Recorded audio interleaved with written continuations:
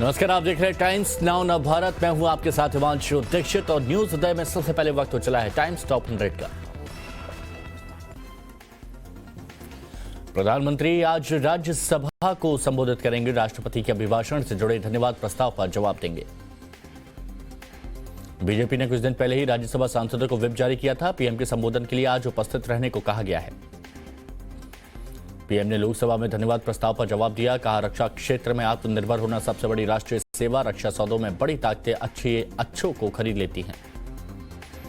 लोकसभा में पीएम ने कांग्रेस पर निशाना साधा। कहा, कांग्रेस टुकड़े टुकड़े गैंग की सरगना बन चुकी है। तंज कसते हुए कहा, कांग्रेस मोदी के नाम के बिना नहीं रह सकती। पीएम ने कहा, कांग्रेस का चरित्र बांटो और राज करो की नीति है। कांग्रेस देश में अलगाव के बीज बो रही है। प्रधानमंत्री का कांग्रेस परिवार कहा, अपने मन बना लिया कि 100 साल सत्ता में नहीं आना है। इतने राज्य जाने के बाद भी अहंकार नहीं जाता। पीएम मोदी ने कहा, देश की जनता लोगों को पहचान रही है, इसलिए यूपी बिहार गुजरात में कांग्रेस कहीं नहीं है। प्रधानमंत्री ने पिछली सरकार पर निशाना साधा। कहा, पिछली सरकार के लिए गरीब राजनीति का माध्यम रहे हैं। हमारी सरकार गरीबों का ध्यान रख रही है। लोकसभा की कार्रवाई के दौरान विपक्ष के हंगामे पर पीएम ने ली चुटकी। का, इस सत्र में आपको कोई बाहर नहीं निकालेगा, मैं गारंटी लेता हूं। कोविड की पहली लहर के दौरान पलायन पर पीएम ने कहा कि पहली लहर में कांग्रेस ने अफवाह फैलाई। मुंबई में श्रमिकों को फ्री में टिकट देकर यूपी बिहार भेजा। प्रधानमंत्री ने पलायन के मुद्दे पर दिल्ली की आप सरकार को भी घेरा। सीएम अरविंद केजरीवाल ने पीएम के आरोप को गलत बताया। मुख्यमंत्री योगी का सीएम केजरीवाल पर वार। लिखा, आपने यूपी के कामगारों को दिल्ली छोड़ने पर मजबूर किया। आपकी सरकार ने अमानवीय काम किया। सीएम केजरीवाल का सीएम योगी पर पलटवार। लिखा, कोरोना काल में बीजेपी ने सिर्फ विज्ञापन पर पैसे खर्च किए। ओवैसी पर हुए हमले पर राज्यसभा में गृह मंत्री अमित शाह का बयान। कहा, राज्य सरकार ने तुरंत कार्रवाई की। ओवैसी से सुरक्षा लेने की अपील। अमित शाह के बयान पर असदुद्दीन ओवैसी का जवाब। कहा, मैं आजाद पक्षी की तरह जीना चाहता हूं। मैं जेड कैटेगरी नहीं, ए कैटेगरी के अधिकारी चाहता हूं। ओवैसी ने हमले के मामले में यूपी पुलिस को अपना बयान दर्ज कराया। मेरठ दौरे से लौटते वक्त एआईएमआईएम चीफ पर फायरिंग हुई थी। गृह मंत्री अमित शाह रामानुजाचार्य के जयंती समारोह में शामिल होंगे। हैदराबाद में समारोह को संबोधित करेंगे। पीएम मोदी आज उत्तराखंड में बीजेपी के लिए प्रचार करेंगे। वर्चुअल रैली के जरिए उधम सिंह नगर और नैनीताल में मतदाताओं को संबोधित करेंगे। उत्तराखंड के बाद पीएम पंजाब की रैली करेंगे। फिरोजपुर और लुधियाना में जनता से संवाद करेंगे। पीएम यूपी में भी वर्चुअल रैली करेंगे। रामपुर, बदायूं और संभल में बीजेपी कार्यकर्ताओं को संबोधित करेंगे। यूपी में पहले चरण के प्रचार का आज आखिरी दिन। 10 फरवरी को 11 जिलों की 58 सीटों पर होगा मतदान। 623 उम्मीदवारों की किस्मत दांव पर। बीजेपी आज यूपी चुनाव के लिए अपना घोषणा पत्र जारी करेगी। भारत रत्न लता मंगेशकर के निधन के चलते पिछला कार्यक्रम स्थगित हुआ था। सीएम योगी, धर्मेंद्र प्रधान और अनुराग ठाकुर मैनिफेस्टो जारी करेंगे। स्वतंत्र देव सिंह और यूपी के दोनों डिप्टी सीएम मौजूद रहेंगे। सीएम योगी आदित्यनाथ आज अमरोहा में चुनावी प्रचार करेंगे। गौतम बुद्ध नगर में बीजेपी प्रत्याशियों के लिए वोट मांगेंगे। बंगाल की सीएम ममता बनर्जी लखनऊ में है। आज ममता अखिलेश यादव के साथ वर्चुअल रैली को संबोधित करेंगे। एसपी गठबंधन प्रत्याशियों के लिए प्रचार करेंगे।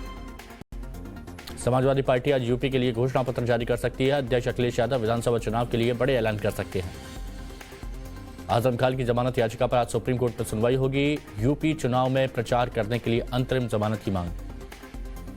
आरएलडी अध्यक्ष जयंत चौधरी आज 4 जिलों में गठबंधन प्रत्याशियों के लिए प्रचार करेंगे। आगरा, अलीगढ़, हापुड़ और मुरादनगर में जनसभाएं करेंगे। पंजाब विधानसभा चुनाव के लिए बीजेपी आज एनडीए का घोषणा पत्र जारी करेगी। गजेंद्र सिंह शेखावत और कैप्टन अमरिंदर सिंह मैनिफेस्टो जारी करेंगे। संयुक्त समाज पार्टी आज पंजाब चुनाव के लिए अपना मैनिफेस्टो रिलीज करेगी। चंडीगढ़ में प्रेस कॉन्फ्रेंस होगी। बीएसपी चीफ मायावती आज पंजाब के नवा शहर में जनसभा को संबोधित करेंगी। शिरोमणि अकाली दल के साथ गठबंधन के प्रत्याशियों के लिए प्रचार करेंगी। गोवा में भारतीय जनता पार्टी आज विधानसभा चुनाव के लिए बड़े ऐलान कर सकती है। सीएम प्रमोद सावंत और देवेंद्र फडणवीस मैनिफेस्टो जारी करेंगे। आज दिल्ली में झारखंड के कांग्रेस विधायक राहुल गांधी से मिलेंगे। प्रदेश प्रभारी अविनाश पांडे सहित सभी 18 विधायक राहुल से पार्टी को सशक्त करने पर मंथन करेंगे। यूपी में कांवड़ यात्रा को लेकर सीएम योगी का बयान। कहा, आप सरकारी हेलीकॉप्टर से लंगर लगाएं और पुष्प वर्षा करिए, कोई दंगाई गड़बड़ नहीं कर पाएगा। स्मृति ईरानी ने ममता बनर्जी और अखिलेश यादव पर निशाना साधा। कहा, ममता बनर्जी ने यूपी के लोगों का अपमान किया, दोनों राम विरोधी हैं। गोरखपुर में सीएम योगी के समर्थन में प्रचार करते उतरे लोग। मंदिर परिसर में मौजूद वृद्धाश्रम का चुनावी वार रूम बनाया गया। हापुड़ में बीजेपी प्रत्याशी विजयलाल सिंह के काफिले पर हमला। पुलिस ने मामले में 5 आरोपित हिरासत में लिए। सहारनपुर में हिस्ट्री शीटर भूमाफिया विनोद शर्मा अखिलेश यादव से मिले। रैली के मंच पर अखिलेश को तोहफा दिया। यूपी चुनाव के लिए समाजवादी पार्टी ने प्रत्याशियों की नई लिस्ट जारी की। सूची में 24 उम्मीदवारों के नाम। एसपी उम्मीदवार सुभावती शुक्ला गोरखपुर से चुनाव लड़ेगी। सीएम योगी के खिलाफ मैदान में उतरेंगी। बलिया से दयाशंकर सिंह के खिलाफ एसपी उम्मीदवार नारद राय मैदान में उतरेंगे और जौनपुर के मड़ियाओं से सुषमा पटेल को एसपी का टिकट कटने से बीजेपी विधायक सुरेंद्र सिंह नाराज। आज बलिया की बैरिया सीट से निर्दलीय पर्चा भर सकते हैं। शिवपाल सिंह ने जसवंत नगर में अखिलेश के साथ गठबंधन पर कहा, हमें सिर्फ एक सीट ही समीक्षा की होती तो हमारे 20 प्रत्याशी जीत रहे थे। शिवपाल यादव ने कहा, अब अखिलेश और हमारे बीच मुकाबला है कि किसको बड़ी जीत मिलेगी और जसवंत नगर जीत के मामले में हमेशा आगे रहा है। अजदुद्दीन ओवैसी का सीएम योगी पर तंज। कहा, ये कहते हैं मई जून में सर्दी पैदा कर देंगे, गर्मी निकाल देंगे, इनको मौसम वैज्ञानिक होना चाहिए था। आम आदमी पार्टी के संजय सिंह ने चुनाव आयोग को पत्र लिखकर शिकायत की। 6 प्रत्याशियों को नामांकन भरने से रोकने का आरोप। पंजाब के सीएम चन्नी के रिश्तेदार भूपिंदर सिंह की ईडी रिमांड आज खत्म हो रही है। ईडी की टीम आज कोर्ट में अहम सबूत पेश कर सकती है। लुधियाना में कांग्रेस और लोक इंसाफ पार्टी के समर्थकों के बीच हंगामा। दोनों तरफ से पथराव और गोलीबारी। जम्मू कश्मीर के उपराज्यपाल मनोज सिन्हा ने कहा, 2021 तक जम्मू कश्मीर में करीब 14-15 हजार करोड़ रुपए का निवेश आया था। परिसीमन आयोग पर महबूबा मुफ्ती का बयान। कहा, ड्राफ्ट मंजूर नहीं, पार्टी से चर्चा करेंगे। उत्तराखंड के चमोली में चीन सीमा पर जवानों का गश्त करते हुए वीडियो सामने आया। भारतीय सैनिक स्की के जरिए गश्त करते हुए दिखे। यूएनएससी में भारतीय प्रतिनिधि एस त्रिमूर्ति ने कहा, भारत के पड़ोसी देशों में कई आतंकी संगठन काउंसिल के प्रतिबंधों से बचने के लिए खुद को मानवीय संगठनों के रूप में फिर ब्रांड कर रहे हैं। एनआईए ने दाऊद इब्राहिम के खिलाफ यूएपीए के तहत एफआईआर दर्ज करवाई। गृह मंत्रालय के आदेश पर दाऊद समेत कई लोगों के खिलाफ मामला दर्ज। बिहार में शराबबंदी के प्रति और कड़ी हुई नीतीश सरकार। अपराधियों को पकड़ने के लिए ड्रोन और ट्रेन ड्रग्स का इस्तेमाल। भोपाल में बीजेपी सांसद प्रज्ञा ठाकुर को धमकी दी गई। प्रज्ञा ठाकुर ने केस दर्ज करवाया। रीट परीक्षा पेपर लीक मामले में बड़ी कार्रवाई। जयपुर जिला शिक्षा अधिकारी निलंबित। अब तक 40 से ज्यादा लोगों के खिलाफ एक्शन लिया जा चुका है। रीट 2021 के लेवल 2 की परीक्षा रद्द हुई। राजस्थान के सीएम अशोक गहलोत ने फैसला लिया। रीट मामले में बीजेपी नेता राज्यवर्धन सिंह राठौड़ ने सीबीआई जांच की मांग की। परीक्षा की जिम्मेदारी राज्य सरकार की थी तो एनजीओ को क्यों दी। तमिलनाडु में नीट विधेयक को फिर से पारित करने के लिए आज विधानसभा की बैठक होगी। विधायक नीट से राज्य को छूट देने की मांग के लिए है। भड़काऊ भाषण मामले में नरसिंहानंद गिरी की जमानत अर्जी मंजूर। हरिद्वार में धर्म संसद के दौरान भड़काऊ मामला। 2016 में तमिलनाडु में हुए एसएसबी भर्ती घोटाले की जांच सीबीआई ने शुरू की। घोटाले में कमांडेंट की पत्नी शामिल थी। हरियाणा में निजी कंपनियों में स्थानीय लोगों को आरक्षण का मामला। शुक्रवार को सुप्रीम कोर्ट में सुनवाई होगी। सुपरटेक के 2 अवैध टावर गिराने का आदेश। सुप्रीम कोर्ट ने नोएडा अथॉरिटी को आदेश दिया। आज कर्नाटक हाईकोर्ट में हिजाब विवाद पर सुनवाई। राज्य सरकार ने स्कूल कॉलेजों में हिजाब पहनकर आने पर लगाई है रोक। सीएम अपने फैसले पर कायम। झारखंड के हजारीबाग में विसर्जन के दौरान 2 गुटों में विवाद। मारपीट में शख्स की मौत। तनाव के बाद कोडरमा में इंटरनेट बंद। नोएडा पुलिस ने एक घर से जब्त किए करीब 4.25 करोड़ रुपए। आईटी की टीम युवक से पूछताछ में जुटी। उत्तराखंड के देवरिया में टोल कर्मी पर तलवार से हमला। टोल न देने को लेकर कार सवार आरोपियों ने हमला किया। मुंबई के घाटकोपर, वर्ली और बांद्रा से 1 करोड़ 21 लाख की ड्रग्स जब्त। मध्य प्रदेश के इंदौर में 7 साल की मासूम से छेड़छाड़ की कोशिश। शिकायत पर आरोपित को गिरफ्तार किया गया। महाराष्ट्र के बीड में नदी में डूबने से 4 युवकों की मौत। नहाने के दौरान पैर फिसलने से हादसा हुआ। मध्य प्रदेश के राजगढ़ में तहसीलदार को जिंदा जलाने की कोशिश। अतिक्रमण हटाने पहुंचे अधिकारी पर पेट्रोल फेंका गया। मणिपुर के काकचिंग में सुरक्षा बलों को बड़ी सफलता। असम राइफल्स और मणिपुर पुलिस ने KYKL समूह के एक विद्रोही को पकड़ा। मेरठ में इमारत ढहने से बड़ा हादसा। घटना में 4 लोग गंभीर रूप से घायल।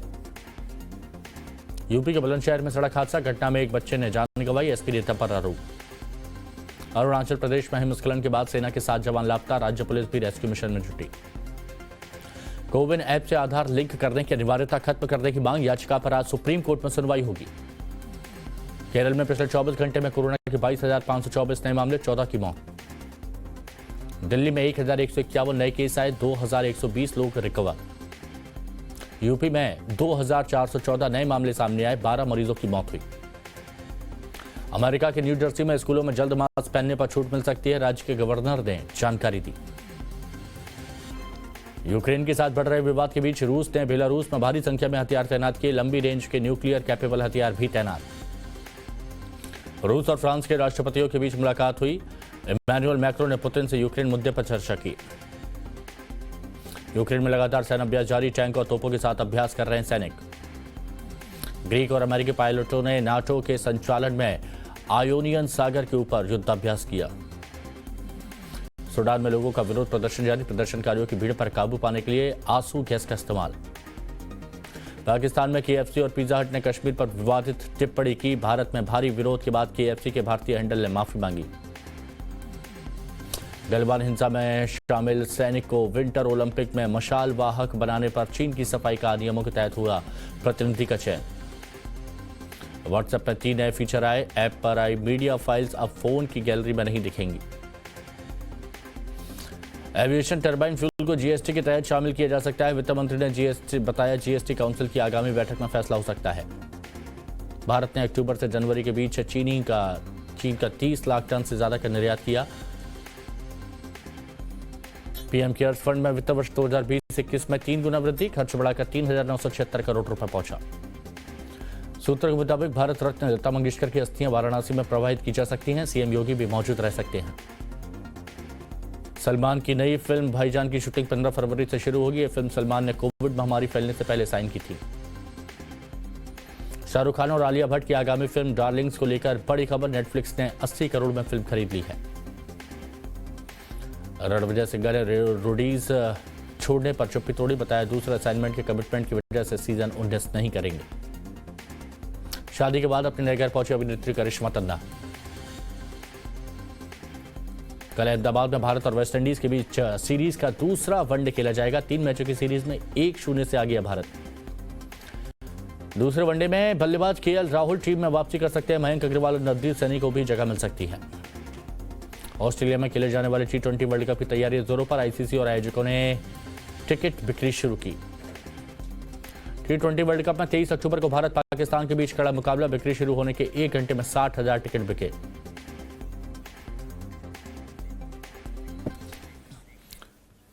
आज प्रधानमंत्री नरेंद्र मोदी का देश के 3 राज्यों में मेगा शो, पूरी तैयारी हो चुकी है। और कैसे होगी प्रचार की धार, कैसा है पीएम के मेगा शो का प्लान, देखिए 1 मिनट में पूरी खबर।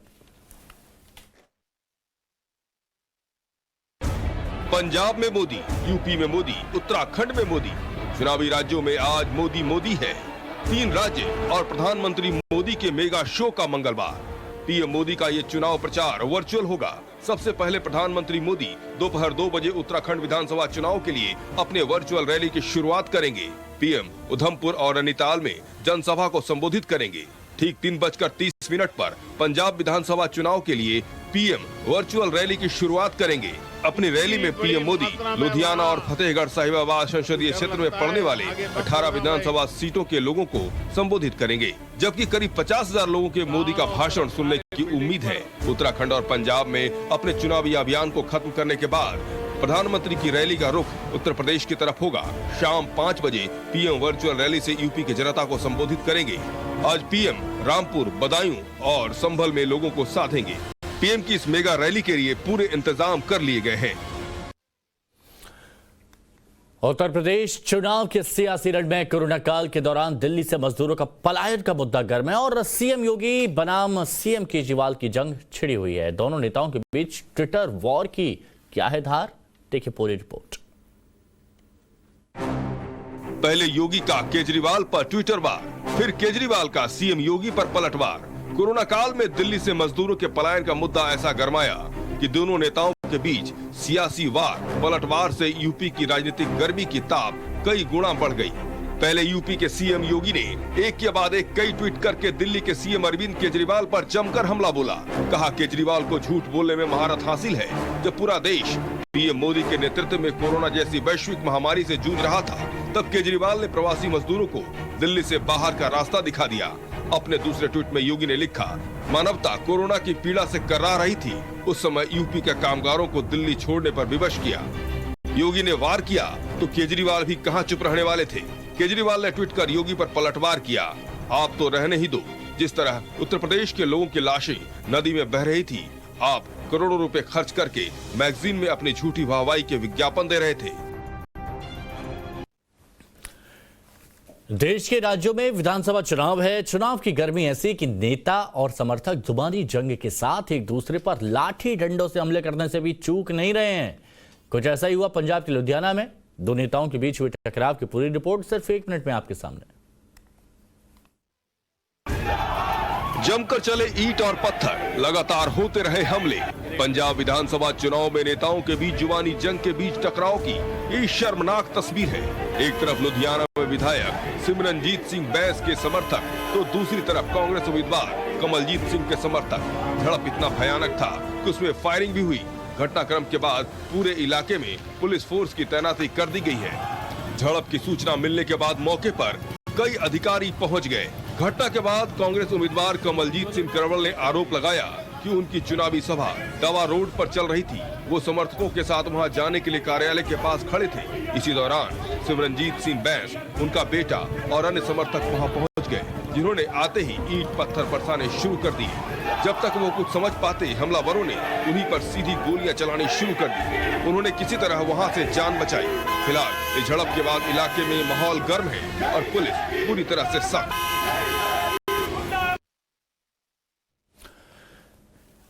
देखिए, एक तरफ पंजाब में दो नेताओं के समर्थकों में आपस में भिड़ने से भारी तनाव है, तो दूसरी तरफ उत्तर प्रदेश विधानसभा चुनाव में हाल में कोई दूसरा नहीं है और हापुड़ में बीजेपी उम्मीदवार पर जानलेवा हमला हो गया है। इससे जुड़ी देखिए रिपोर्ट।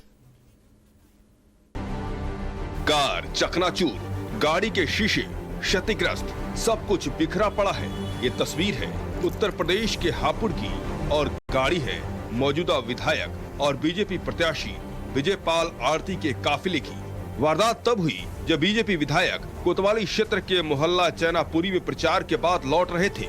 देर रात सदर विधायक और बीजेपी प्रत्याशी विजयपाल आरती के काफिले पर जमकर पथराव हो गया।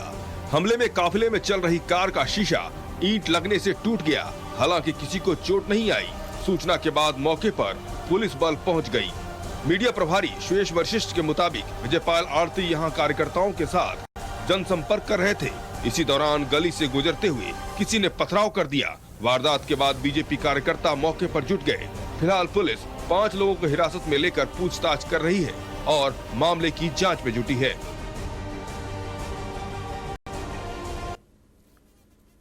यूपी चुनाव की सरगर्मी इतनी तेज हो चुकी है कि अब टीएमसी प्रमुख और पश्चिम बंगाल की मुख्यमंत्री ममता बनर्जी ने भी एंट्री मार ली है। ममता बनर्जी के साथ अखिलेश का आज प्लान क्या है, 1 मिनट में समझिए। उत्तर प्रदेश विधानसभा चुनाव की जंग जीतने के लिए अखिलेश यादव ने पूरा जोर लगाया हुआ है। जयंत चौधरी और छोटी पार्टियों से गठबंधन के बाद अखिलेश बीजेपी पर भारी पड़ने की पूरी कोशिश में है। तो अब टीएमसी प्रमुख और पश्चिम बंगाल की सीएम ममता बनर्जी भी अखिलेश के साथ यूपी विधानसभा चुनाव के मैदान में कूद पड़ी है। लखनऊ में अखिलेश यादव ने ममता बनर्जी का स्वागत किया। पश्चिम बंगाल विधानसभा चुनाव में बीजेपी को हराने के बाद ममता बनर्जी का कॉन्फिडेंस हाई है, तो यूपी विधानसभा चुनाव में भी अखिलेश ममता का साथ पाकर बेहद खुश हैं और उन्होंने ममता के साथ तस्वीरों को ट्वीट करके कहा, पहले बंगाल में बीजेपी को हराया था, अब दीदी से वादा है उत्तर प्रदेश में मिलकर बीजेपी को हराएंगे। आज ममता बनर्जी समाजवादी पार्टी के दफ्तर पहुंचेंगी और अखिलेश यादव के साथ वर्चुअल रैली में हिस्सा लेंगी। यूपी विधानसभा चुनाव के लिए समाजवादी पार्टी ने अब तक अपना घोषणा पत्र जारी नहीं किया है। संभव है कि आज घोषणा पत्र जारी कर दें। देश की सुर सम्राज्ञी भारत रत्न लता मंगेशकर अब हमारे बीच नहीं है, पंचतत्व में विलीन हो चुके हैं, तो उनकी अस्थियां काशी में मां गंगा को प्रवाहित करने का प्लान है। वाराणसी प्रधानमंत्री मोदी का संसदीय क्षेत्र है और स्वर्गीय लता मंगेशकर पीएम मोदी को छोटा भाई मानती थीं, तो स्वर्गीय लता मंगेशकर पीएम मोदी के लिए बड़ी बहन थीं, जिनसे उन्हें हमेशा स्नेह मिलता रहा। लता दीदी तो इस दुनिया में नहीं रही, लेकिन सूत्रों के मुताबिक उनका परिवार उनकी अस्थियां काशी लाने का विचार बना रहे हैं। सूत्रों के मुताबिक काशी घाट पर लता जी का परिवार उनकी अस्थियों को गंगा में विसर्जित करेंगे और इस मौके पर सीएम योगी भी श्रद्धांजलि देने पहुंच रहे हैं। 7 दशक तक अपनी आवाज का जादू बिखेरने वाली लता दीदी का जाना हर किसी को खल गया, तो उनकी अस्थियों को काशी घाट पर गंगा में विसर्जित कर भाई पीएम मोदी के घर बहन लता मंगेशकर लौट आएंगी। आपको ये भी बता दें कि लता मंगेशकर 1950 में काशी आई थी, उसके बाद वो कभी भी काशी नहीं आई। अब वाराणसी पीएम मोदी का संसदीय क्षेत्र है। अस्थियों के रूप में काशी में लता जी का आना अपने भाई को अंतिम बार दुलारना होगा।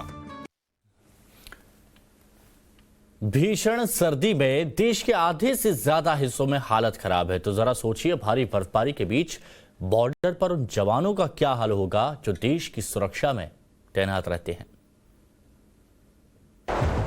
हड्डी गला देने वाली सर्दी, चारों तरफ बर्फ की सफेद चादर। इस भारी बर्फबारी के बीच देश की सुरक्षा में तैनात इन जवानों का जज्बा देखिए। आप अपने घर में सुरक्षित हैं, तो हमारे देश के जवान आपके लिए, इस देश के लिए खुद के जान की परवाह किए बगैर सीमा पर तैनात हैं, ताकि देश के दुश्मन घुसपैठ न कर पाए।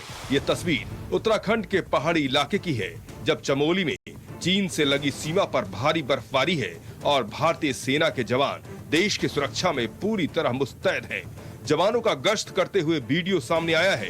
वीडियो में जवान 10 से 14,000 फीट ऊंचे ग्लेशियर में पेट्रोलिंग करके ड्रैगन की हर हरकत पर नजर रखे हुए हैं। 10 जवानों की टुकड़ी हथियारों और जरूरी साजो सामान से लैस होकर ऊंची बर्फीली चट्टानों को पार करते हुए आगे बढ़ती है और नजरें देश के दुश्मनों पर होती है।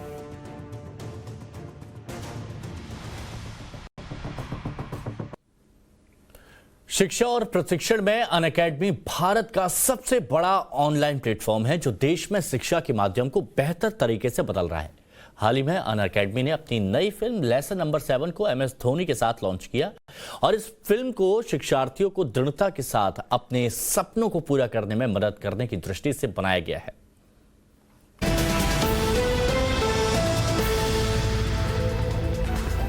और न्यूज उदय में अब वक्त हो चला है सुपर 30 का। सुपर 30 में देखिए सबसे पहले देश की बड़ी खबरें।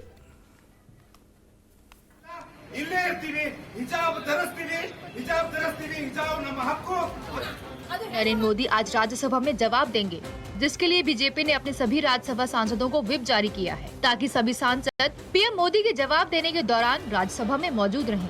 इससे पहले सोमवार को पीएम मोदी ने लोकसभा में जवाब दिया। इस दौरान पीएम ने निशाना साधते हुए कहा, कांग्रेस अब टुकड़े टुकड़े गैंग की लीडर बन गई है। बांटो और राज करो की नीति कांग्रेस का असली चरित्र है।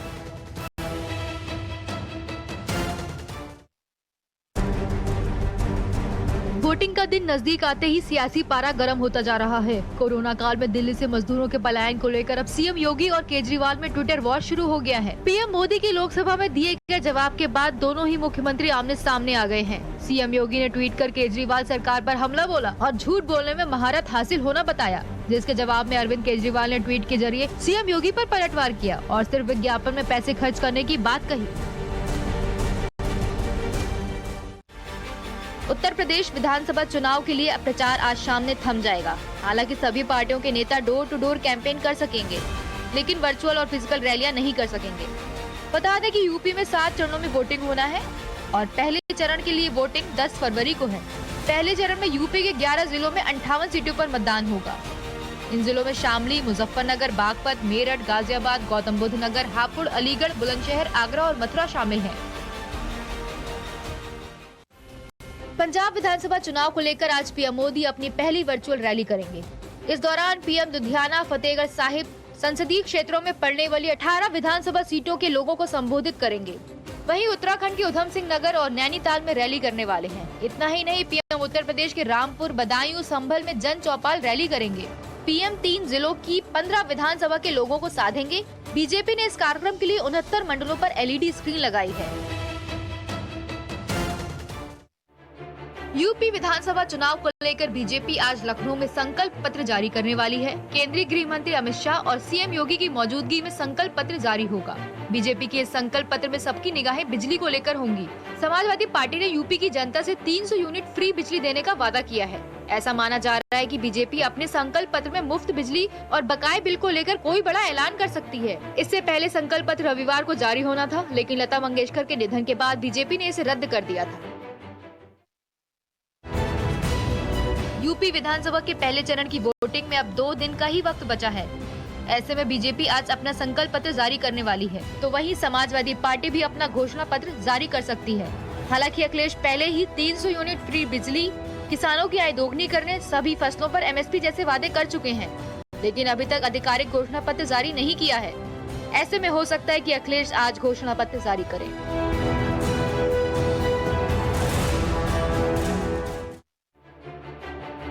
यूपी चुनाव में समाजवादी पार्टी के अध्यक्ष अखिलेश यादव को पश्चिम बंगाल की मुख्यमंत्री ममता बनर्जी का साथ मिल गया है। आज दोनों नेता वर्चुअल रैली करने वाले हैं और एसपी प्रत्याशियों की जीत के लिए अपील करेंगे। वहीं अखिलेश और ममता संयुक्त प्रेस कॉन्फ्रेंस भी करेंगे। इससे पहले सोमवार को ममता बनर्जी लखनऊ पहुंची। ममता बनर्जी शिव मंदिर के दर्शन के लिए वाराणसी भी जा सकती हैं।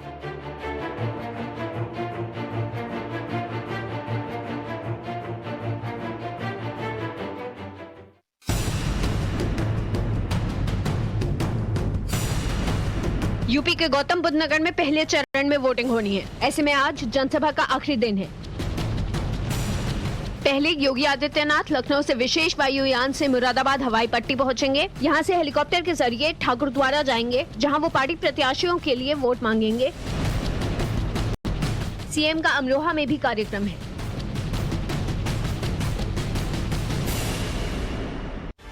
यूपी विधानसभा चुनाव में जीत हासिल करने के उद्देश्य से सभी पार्टियां एड़ी चोटी का जोर लगा रही हैं। इसी कड़ी में राष्ट्रीय लोकदल के राष्ट्रीय अध्यक्ष जयंत चौधरी भी लगातार जनसभा कर रहे हैं और आज जयंत चौधरी 4 जिलों में जनसभा करने वाले हैं। जयंत चौधरी आगरा, अलीगढ़, हापुड़ और मुरादनगर में जनसभा करेंगे और अपने प्रत्याशियों को जिताने के लिए लोगों से वोट की अपील करेंगे। हालांकि इस दौरान अखिलेश यादव उनके साथ नहीं रहेंगे। बता दें, समाजवादी पार्टी और आरएलडी में गठबंधन हुआ है और कुछ सीटों पर गठबंधन के प्रत्याशी उतारे हैं।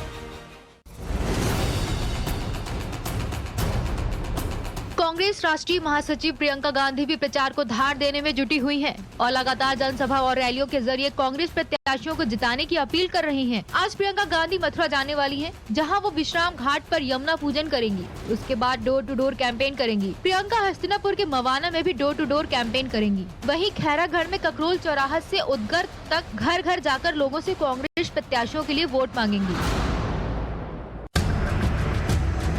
पंजाब में बहुजन समाज पार्टी ने चुनाव प्रचार तेज कर दिया है। पार्टी प्रत्याशियों के चुनाव प्रचार के लिए बीएसपी प्रमुख मायावती आज पंजाब पहुंचेंगी, जहां नवा शहर की दाना मंडी में होने वाली शिरोमणि अकाली दल और बीएसपी की संयुक्त चुनावी रैली को संबोधित करेंगी। इस दौरान पूर्व मुख्यमंत्री प्रकाश सिंह बादल और शिरोमणि अकाली दल के अध्यक्ष सुखबीर बादल भी मौजूद रहेंगे। बता दें कि पंजाब में शिरोमणि अकाली दल और बीएसपी के बीच गठबंधन है। 117 में से 20 सीटें बीएसपी के हिस्से में आई हैं।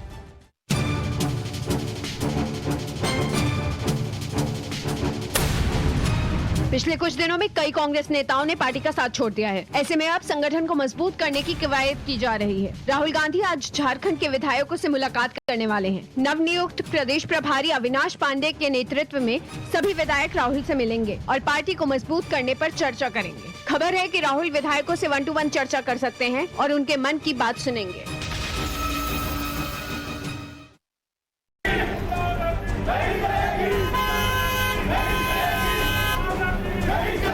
लुधियाना में सोमवार देर शाम उस वक्त अफरा तफरी का माहौल बन गया जब लोक इंसाफ पार्टी के विधायक सिमरजीत बैंस और कांग्रेस प्रत्याशी के समर्थन आमने सामने हो गए। बताया जा रहा है कि दोनों पक्षों ने एक दूसरे पर फायरिंग की है। घटना के बाद पूरे इलाके में पुलिस फोर्स की तैनाती कर दी गई। कांग्रेस उम्मीदवार कमलजीत सिंह कड़वल ने आरोप लगाया कि उनकी चुनावी सभा डाबा में चल रही थी। उसी दौरान सिमरजीत बैंस के समर्थकों ने पत्थरबाजी शुरू कर दी।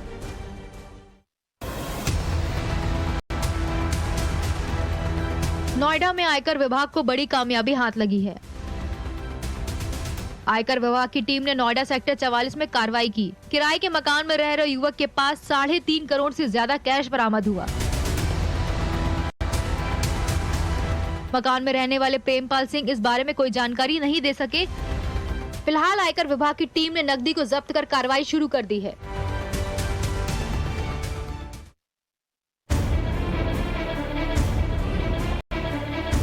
पंजाब के मुख्यमंत्री चरणजीत सिंह चन्नी के भतीजे भूपिंदर सिंह हनी की रिमांड आज खत्म होने वाली है। हनी सिंह को अवैध रेत खनन के मामले में ईडी ने 8 फरवरी तक रिमांड पर लिया था।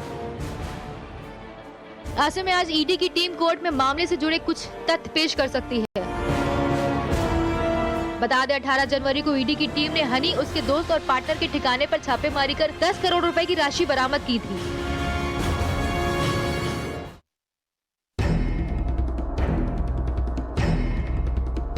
मध्य प्रदेश के राजगढ़ जिले के पचौर में तहसीलदार को जिंदा जलाने की कोशिश का मामला सामने आया है। दरअसल पचौर में तहसीलदार और नगर पालिका की टीम निर्माणाधीन सड़क के लिए अतिक्रमण हटाने पहुंची थी। इसी दौरान बीजेपी नेता भगवान सिंह राजपूत ने उन पर पेट्रोल फेंक दिया और आग लगाने की कोशिश की, जिसके बाद टीम जान बचाकर वहां से भाग निकली और आरोपी भी वहां से भाग खड़ा हुआ। फिलहाल आरोपी के खिलाफ केस दर्ज कर तलाश शुरू कर दी गई है।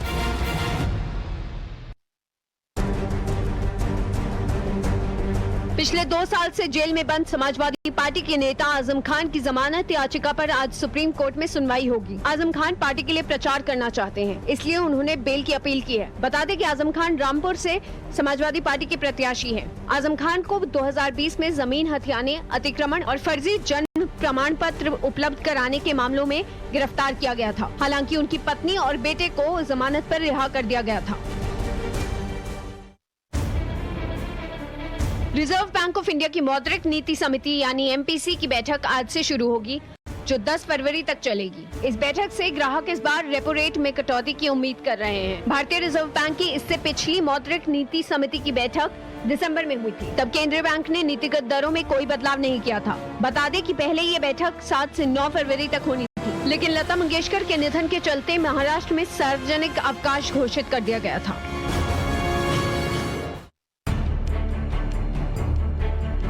उत्तराखंड और पहाड़ी इलाकों में भारी बर्फबारी का दौर जारी है। इस बीच चमोली में चीन से लगी सीमा पर भारी बर्फ में गश्त करते भारतीय सेना के जवान देश की सुरक्षा में मुस्तैदी से लगे हैं। जवानों का गश्त करते हुए वीडियो सामने आया है। वीडियो में दिख रहा है कि जवान स्की के जरिए गश्त कर रहे हैं। सेना के अधिकारियों का कहना है कि इसके लिए जवानों को स्पेशल ट्रेनिंग दी गई है ताकि उन्हें कोई परेशानी न हो।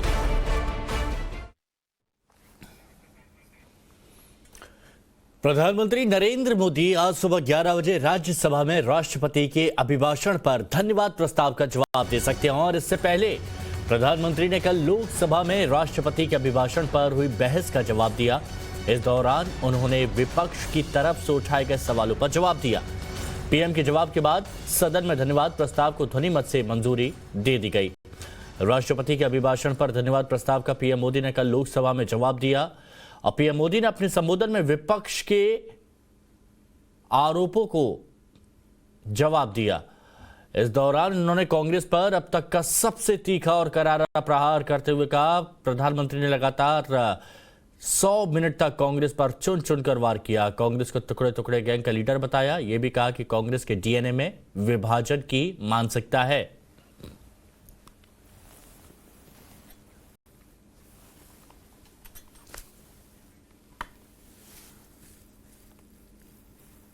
विभाजनकारी मानसिकता उनके डीएनए में घुस गई है। अंग्रेज चले गए, लेकिन बांटो और राज करो ये नीति कांग्रेस ने अपना चरित्र बना लिया है। और इसलिए ही आज कांग्रेस टुकड़े टुकड़े गैंग की लीडर बन गई है। कांग्रेस पार्टी का सत्ता में आने की इच्छा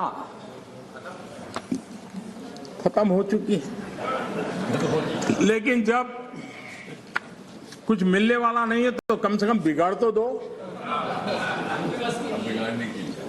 ये फिलॉसफी पर आज निराशावादी, लेकिन उस मोह में बर्बाद कर करके छोड़ेंगे। इस मोह में देश में वो बीज बो रहे हैं जो अलगाव की जड़ों को मजबूत करने वाले हैं। पंडित नेहरू का कोट है, मैं आपसे फिर कहता हूं कि आजाद हिंदुस्तान है, आजाद हिंदुस्तान की सालगिरह हम मनाते हैं। लेकिन आजादी के साथ जिम्मेदारी होती है। जिम्मेदारी, कर्तव्य खाली हुकूमत की नहीं, जिम्मेदारी हर एक आजाद शख्स की होती है। और अगर आप उस जिम्मेदारी को महसूस नहीं करते, अगर आप समझते नहीं, तब पूरी तौर पर आप आजादी के माने नहीं समझे और आप आजादी को पूरी तौर से बचा नहीं सकते हैं। ये कर्तव्य के लिए देश के प्रथम प्रधानमंत्री पंडित नेहरू जी ने कहा था, लेकिन आप उसको भी भूल गए। दुर्भाग्य ये है कि आप में से बहुत लोग ऐसे हैं जिनके सुई कांटा 2014 में अटका हुआ है और उससे वो बाहर ही निकल नहीं पाते हैं और उसका नतीजा भी आपको भुगतना पड़ा है। आपने जो अपने आप को एक ऐसी मानसिक अवस्था में बांध के रखा है, देश की जनता आपको पहचान गई है। कुछ लोग पहले पहचान गए, कुछ लोग देर से पहचान रहे और कुछ लोग आने वाले समय में पहचानने वाले हैं। अब देखिए, आप जब इतना सारा लंबा उपदेश देते हैं तब भूल जाते हैं 50 साल तक कभी आपने भी देश में यहां बैठने का सौभाग्य प्राप्त किया था। और क्या कारण है कि आप सोच नहीं पाते। अब बात कर्नाटक में हिजाब पर छिड़ी जंग की। कर्नाटक के कई शहरों में इस मसले को लेकर विरोध प्रदर्शन हो रहे हैं। विरोध प्रदर्शन में शामिल होने वाली महिलाएं बुर्का पहनने की आजादी देने की मांग कर रही हैं। उनका कहना है कि क्लास में हिजाब पहनने की आजादी धार्मिक स्वतंत्रता है, जबकि दूसरा पक्ष इसका विरोध कर रहा है। वहीं आज इस पूरे मामले पर हाई कोर्ट में सुनवाई होने वाली है।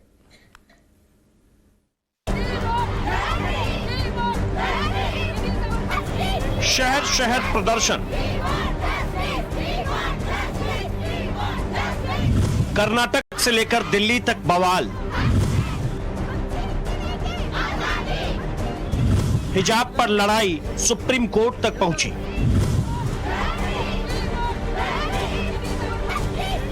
थमने के बजाय हिजाब की लड़ाई बढ़ती जा रही है। कर्नाटक के कॉलेज में भड़की चिंगारी आग की लपट बनकर शहर शहर फैलने लगी। हजारों की संख्या में लोग सड़कों पर उतर आए हैं। कर्नाटक के कई शहरों में प्रदर्शन हो रहा है। विरोध प्रदर्शन में शामिल हो रही महिलाएं बुर्का पहनने की आजादी देने की मांग कर रही हैं। इस दो तस्वीरों को देखिए, दो अलग अलग शहर लेकिन तस्वीर एक जैसी। विरोध प्रदर्शन में हजारों की संख्या में महिलाओं ने हिस्सा लिया जो बुर्का पहनी हुई थी। हम यहाँ पर खड़े हैं कर्नाटक के कुंदापुर में, जहाँ पर गवर्नमेंट पीयू कॉलेज जहाँ कंट्रोवर्सी हुई थी हिजाब से लेकर। आज देख रहे हैं कि जो छात्र अंदर जा रहे हैं वो किसी को भी हिजाब या सैफरन शॉल पहन के क्लासरूम के अंदर जाने की अनुमति नहीं दी जा रही है। सुबह में जहाँ हमने देखा कि जो फैकल्टी थी, जो टीचर्स थे, उन्होंने ये नोटिस भी लगाया है यहाँ पर बोर्ड में, जहाँ सरकार की ऑर्डर या आदेश जो है 2 दिन पहले जो जारी की गई थी उसको चिपकाया गया है। और पुलिस भी देख सकते हैं, बहुत सारे पुलिसमैन डिप्लॉय किए गए हैं। समर्थन करने वालों का कहना है कि क्लास में हिजाब पहनने की आजादी धार्मिक स्वतंत्रता है, जबकि दूसरा पक्ष इसका विरोध कर रहा है।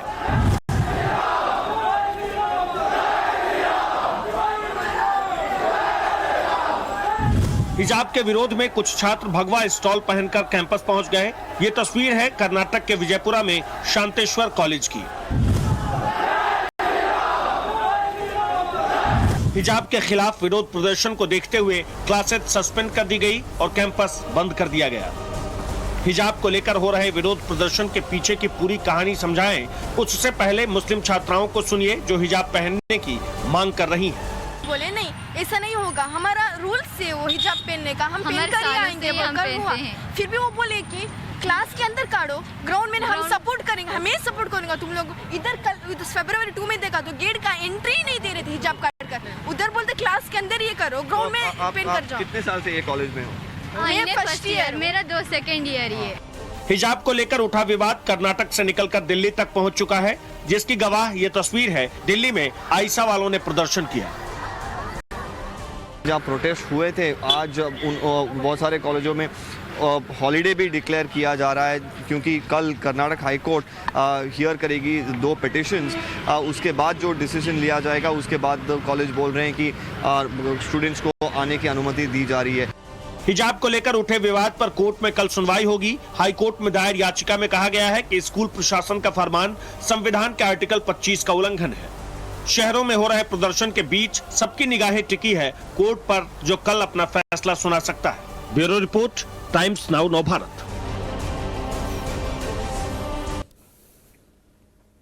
कर्नाटक के कॉलेज में भड़की चिंगारी अब दिल्ली तक पहुंच चुकी है और यह मामला अब सियासी बन गया है। कांग्रेस और बीजेपी हिजाब पर आमने सामने आ गई हैं।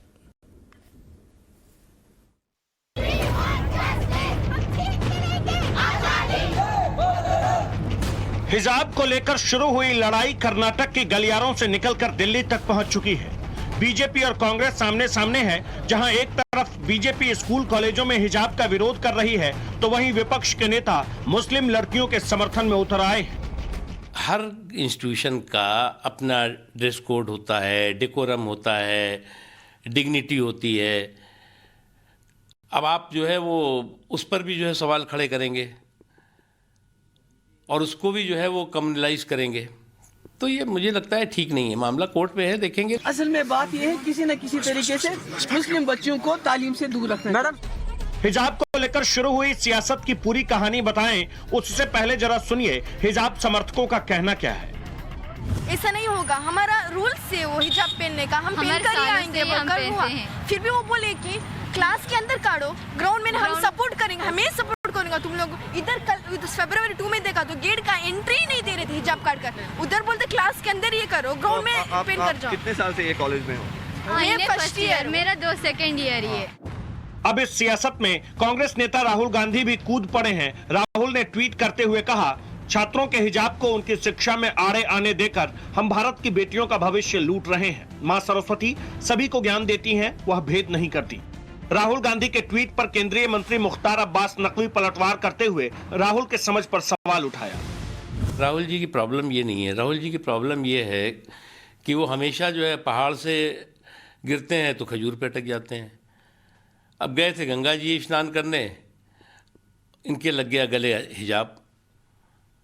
अरे भैया, हर इंस्टीट्यूशन का अपना ड्रेस कोड होता है, डेकोरम होता है, डिग्निटी होती है। हिजाब को लेकर बचे बवाल के बीच कर्नाटक के सीएम बसवराज बोम्मई ने साफ कर दिया है कि संस्थान यूनिफॉर्म को लेकर नियमों का पालन करे। कर्नाटक शिक्षा अधिनियम 1983 के मुताबिक सभी छात्र छात्राओं को यूनिफॉर्म पहननी होगी। स्कूलों में एक तरह की पोशाक पहनी जानी चाहिए। निजी स्कूल प्रशासन अपनी पसंद के पोशाक का चयन कर सकता है। ये धारा ऐसे किसी पोशाक को पहनकर स्कूल आने की इजाजत नहीं देता जो सामाजिक समरसता और कानून व्यवस्था भंग करता हो। हिजाब विवाद के बीच राजस्थान के सीएम अशोक गहलोत का घूंघट वाला बयान खूब वायरल हो रहा है। अशोक गहलोत ने कहा था, वर्तमान युग में घूंघट प्रथा आवश्यक नहीं है, महिलाओं को घूंघट के अंदर कैद करना उचित नहीं है। राजस्थान कांग्रेस शासित प्रदेश है। अशोक गहलोत उसी कांग्रेस शासित प्रदेश के सीएम हैं जो पर्दा प्रथा के खिलाफ अपना विचार रखते हैं, लेकिन कांग्रेस को इससे कोई फर्क नहीं पड़ता। पर्दा प्रथा को लेकर पार्टी में भले ही अंदरूनी मतभेद हो, लेकिन हिजाब पर रोक को कांग्रेस मौलिक अधिकार का हनन बता रही है। Bureau report, times now Navbharat. यहां वक्त एक छोटे से ब्रेक का, बने रहें टाइम्स नाउ नवभारत के साथ। मथुरा से मुजफ्फरनगर तक किसका जोर, बागपत से आगरा तक किसकी लहर। भारत माता की। चुनाव की शुरुआत पश्चिमी यूपी के साथ। यूपी में चुनाव के पहले चरण का रण, जनगण का मन, सिर्फ टाइम्स नाउ नवभारत पर।